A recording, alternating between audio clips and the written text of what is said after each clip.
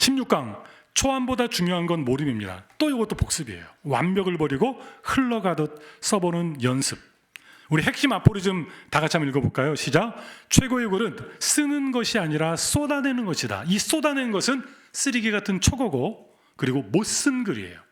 중심 생각만 그 안에 담겨 있으면 돼요. 그 다음에 이것은 대리석의 조각이에요. 나중에 쳐내면 되는 거예요. 그 안에 멋진 조각품은 내가 계속 퇴고하는 그 과정을 통해 드러나게 되는 겁니다. 그래서 지금 제 교육 과정에 있는 아이들에게 매 주마다 모일 때마다 하는 게 뭐냐면 항상 5분 동안 읽고 5분 동안 그걸 몰입이라고 하기는 뭐하지만 연필이 쉬지 않는 글쓰기를 계속 시켜요. 연필이 멈추면 무조건 연필이 움직여. 생각하지 말고 글 써라고 해요. 웃기잖아요? 글은 생각의 결과인데 생각하지 말고 글 써라? 생각하고 글 쓰는 건 다음 단계야. 그냥 생각이 나는 거, 머릿속에 떠오른 걸 무조건 끄집어내. 네 머릿속에서 문장을 조합해서 하려고 하지 말고 떠오른 걸 끄집어내는 훈련을 지속해 나갑니다. 그래서 쏟아내는 훈련을 합니다. 그 쏟아내는 훈련에 몰입하게 하는 거예요. 쏟아내는 훈련에. 저희 둘째 딸이 그러더라고요. 아빠, 전 재능이 있어요. 어떤 재능이냐면 생각의 속도와 쓰는 속도가 똑같다. 제 유튜브 채널에 올라가 보면 지금 둘째 딸이 중3이에요. 첫째가 23살인데 약간 8살 나이 차이가 나죠. 얘는 제가 독서 전문가고 작가인데도 5학년 11월 달까지 10월 달까지 일기를 단 한 번도 안 시켰어요. 독서 감상문 단 한 번도 안 시켰어요. 글쓰기를 단 한 번도 시킨 적이 없어요. 나름대로 더 대단하다고 생각되는 거는 독서를 제가 시킨 적이 없어요.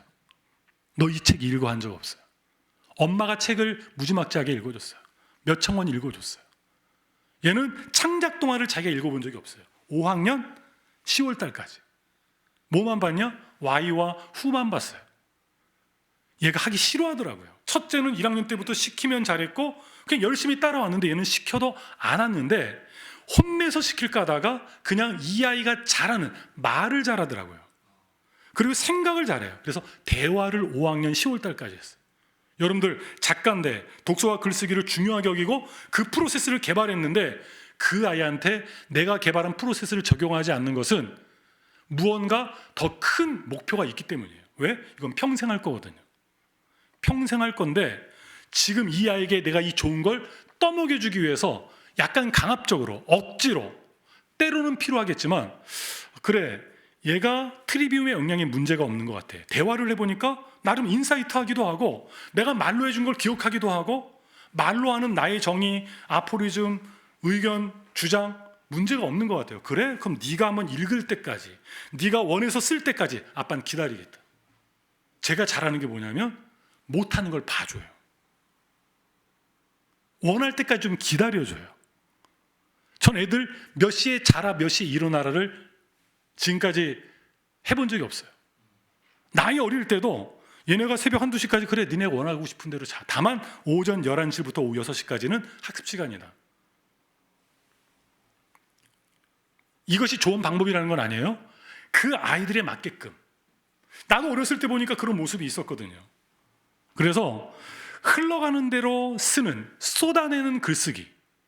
이 부분을 여러분들 경험해 보셔야 되고요. 특별히 자녀를 두셨거나 제자를 두셨다고 한다면 이 방법을 한 뒤에 되게 구체적으로 우리 지금 임재성 작가님이 몇 강에 걸쳐서 방법과 기술적인 부분을 디테일하게 알려주셨거든요. 그거는 쏟아내본 적이 있는 사람들. 어느 정도 그 부분이 스태킹 돼가지고 쌓였어요. 경험이 쌓였어요. 못 쓴 글을 많이 써봤어. 잘 쓰고 싶어? 그러면 이런 강의 한 번만 들어도 그런 책을 한 권만 읽어도요 갑자기 내 입장에선 퀀텀 점프를 경험합니다. 못 쓴 글을 500편 쓴 사람이 글쓰기 책 한 권 읽어요? 퀀텀 점프합니다. 그런데 글도 안 써본 사람이 이러한 강의를 수강하고 책 읽어요? 절대로 못 씁니다. 최고의 골은 쓰는 것이 아니라 쏟아내는 거예요. 그래서 아이들 모이잖아요. 계속 쏟아내는 훈련을 짧은 단위로 시켜요. 절대 10분 주지 않아요. 5분 줘요. 5분 주고 약간 목표 이상의 분량을 줘요. 이거 채워넣어. 그럼 처음에 못 채워넣어요. 그런데 한두 명이 채워놓잖아요. 그럼 애들도 막 쏟아내기 시작해요. 그 쏟아낸 아이들의 내용의 질을 높이는 거는 의외로 어렵지가 않아요. 그런데 가장 힘든 거는 그걸 옆에서 기다려줄 수 있는 부모가 있어야 되고 기다려줄 수 있는 교사가 있어야 되는데 그 기다려주는 교사는 프로세스를 다 알고 있어야 돼요. 이 아이가 이것을 쏟아낼 때 그 다음에 지금까지 강조하셨던 그 디테일을 그 아이한테 지침으로 줄 수 있어야 돼요. 그래서 저는 계속 연구하면서 워크시트를 만들어가고 제작하는 일에 힘을 쓰고 있는 겁니다. 트리비움 일상 수업 아이들과 매일 합니다. 이건 이번 주 월요일 날의 영상이에요.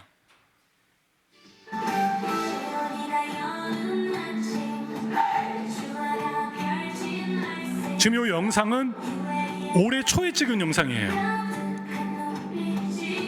지금 얘네들이 뭘 하고 있는 거냐면 5분 동안 쏟아낸 걸 옆 사람하고 읽어주는 거예요.